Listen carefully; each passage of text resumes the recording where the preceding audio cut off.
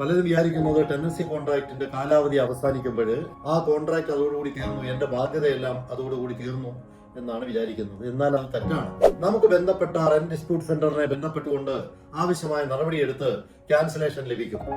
ഞാൻ അഡ്വക്കേറ്റ് ഷംസുദ്ദീൻ കരുനാഗപ്പള്ളിയാണ്. നമ്മളൊരു വിഷയം വളരെ അതീവ പ്രാധാന്യമുള്ളത്, ഇന്നത്തെ സമയത്ത് വളരെ പ്രധാനപ്പെട്ട ഒരു വിഷയമാണ് റെന്റ് കോൺട്രാക്റ്റുമായിട്ട് ബന്ധപ്പെട്ടത്. അതാണ് ഞാൻ നിങ്ങളുടെ അറിവിലേക്ക് അതിന് ചില കാര്യങ്ങൾ മാത്രം സൂചിപ്പിക്കുകയാണ്.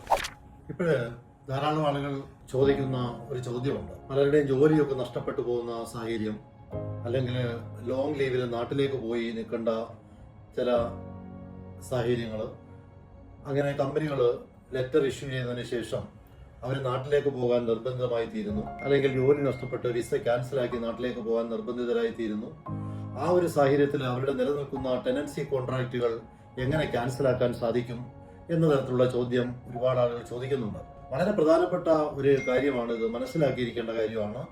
ഒരു ടെനൻസി കോൺട്രാക്റ്റ് നമ്മൾ ഏർപ്പെട്ട് കഴിഞ്ഞാൽ, ആ ബൈൻഡിങ് ആയിട്ടുള്ള ഒരു കോൺട്രാക്റ്റ് നിലനിൽക്കുന്ന സമയത്ത് നമുക്ക് പെട്ടെന്ന് നാട്ടിലേക്ക് പോകേണ്ടി വരുന്ന ഒരു സാഹചര്യം ഉണ്ടായാൽ ആ കോൺട്രാക്റ്റ് ക്യാൻസലാക്കി പോകുന്നതായിരിക്കും എപ്പോഴും നല്ലത്. അത് ക്യാൻസലാക്കാതെ പോയി കഴിഞ്ഞാൽ നാളെ നമ്മളിവിടെ താമസിക്കാത്ത സമയത്തുണ്ടാകുന്ന ആ പീരീഡിലെ ബാധ്യത, റെന്റ് അടയ്ക്കാൻ നമ്മൾ ബാധ്യസ്ഥരായിട്ട് മാറും. പലരും വിചാരിക്കുന്നത് ടെനൻസി കോൺട്രാക്ടിന്റെ കാലാവധി അവസാനിക്കുമ്പോൾ ആ കോൺട്രാക്ട് അതോടുകൂടി തീർന്നു, എന്റെ ബാധ്യതയെല്ലാം അതോടുകൂടി തീർന്നു എന്നാണ് വിചാരിക്കുന്നത്. എന്നാൽ അത് തെറ്റാണ്. കോൺട്രാക്ട് നിയമപരമായിട്ട് എൻ്റർ ചെയ്തിട്ടുള്ള കോൺട്രാക്ട്, വാലിഡ് കോൺട്രാക്ട്, അത് എക്സ്പയർ ആയി കഴിഞ്ഞാലും ഓട്ടോമാറ്റിക്കായിട്ട് റിന്യൂ ചെയ്ത മണ്ണുള്ള എഫക്റ്റ് ആണ് വരുന്നത്.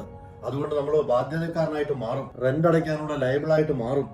അതുകൊണ്ട് നമ്മൾ താമസിക്കുന്നില്ല, താമസം നിർത്തുകയാണെങ്കിൽ ലാൻഡ് ലോഡിന് ഒന്നുകിൽ ഇമെയിൽ വഴി നമുക്ക് മെസ്സേജ് കൊടുക്കാം, അതല്ലെങ്കിൽ ഒരു നോട്ടറി പബ്ലിക് മുഖേന ഒരു നോട്ടീസ് രജിസ്റ്റേർഡ് ആയിട്ട് നമുക്ക് അവർക്ക് കൊടുത്തിട്ട്, എൻ്റെ കോൺട്രാക്ട് ഇത്രാം തീയതി അവസാനിക്കുന്നു, ഞാൻ ഈ വീട്ടിൽ ഇത്രാം തീയതി വരെ താമസിക്കുന്നുള്ളൂ, അതിനുശേഷം എൻ്റെ ടെനൻസി കോൺട്രാക്ട് ക്യാൻസലാക്കി തരണം, ഞാൻ ഇത് വേക്കന്റ് പൊസഷൻ, ഞാൻ എൻ്റെ ഫ്ലാറ്റ് നിങ്ങൾക്ക് ഒഴിഞ്ഞ് നിങ്ങളുടെ കയ്യിലേക്ക് തരാൻ തയ്യാറാണ്, നിങ്ങൾ കീ ഹാൻഡ് ഓവർ ചെയ്ത് വാങ്ങിക്കാൻ നിങ്ങൾ തയ്യാറാവണം എന്ന തരത്തിൽ നമ്മൾ ഒരു നോട്ടീസ് രേഖാമൂലം കൊടുത്തിരിക്കണം. അങ്ങനെ കൊടുത്തതിന് ശേഷം ആ കോൺട്രാക്ട് ക്യാൻസലാക്കുന്നതിന് ഏതെങ്കിലും തരത്തിലുള്ള തടസ്സങ്ങൾ ലാൻഡ് ലോഡിന്റെ ഭാഗത്തുനിന്ന് ഉണ്ടാവുകയാണെങ്കിൽ നമുക്ക് ബന്ധപ്പെട്ട റെന്റ് ഡിസ്പ്യൂട്ട് സെന്ററിനെ ബന്ധപ്പെട്ടുകൊണ്ട് ആവശ്യമായ നടപടിയെടുത്ത് ക്യാൻസലേഷൻ ലഭിക്കും.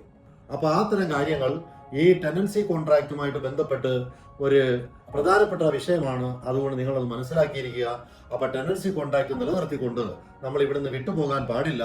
നാളെ ഒരു കാലത്ത് നിങ്ങൾ ഇവിടെ വരുന്ന സമയത്ത് നിങ്ങൾക്ക് അതൊരു ബാധ്യതയായിട്ട് തീരാനുള്ള സാധ്യതയുണ്ട്. അതുകൊണ്ട് നിങ്ങൾ ഈ കാര്യത്തിൽ പ്രത്യേകം ശ്രദ്ധ ചെലുത്തുക.